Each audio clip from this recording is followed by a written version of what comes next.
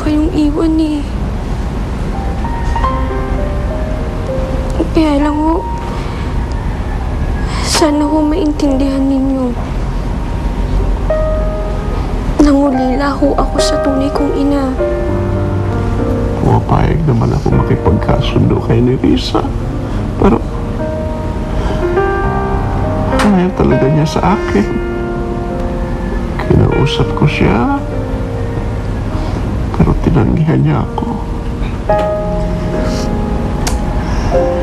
Ay, hindi ko maintindihan bakit gano'n na lang ang galit niya sa akin.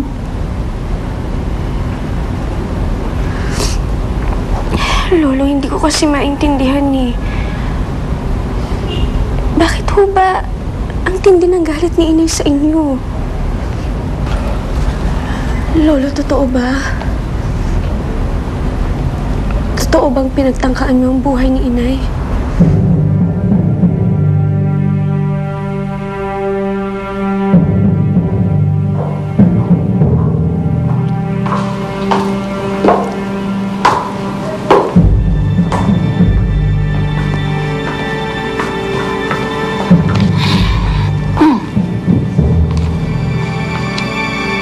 Violeta, si Tibo.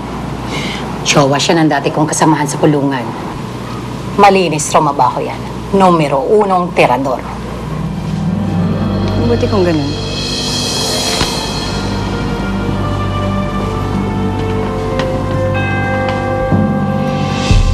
Yan ang target mo.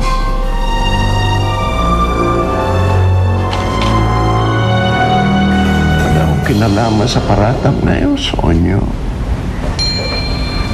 Hindi ko pinagtangkaan ang buhay ng nanay mo. Maniwala ka sa akin.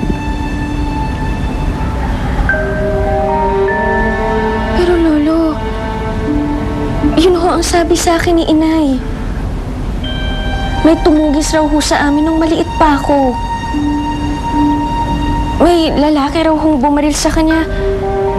Kaya daw ho siya nahulog sa bangin. Kaya na-trauma siya, Lolo.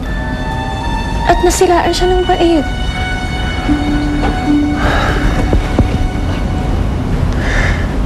Hindi ko maintindihan kung bakit ako ang sinisisi niyo. Wala akong kinalaman sa nangyari sa kanya, Sonyo. Maniwala ka sa akin.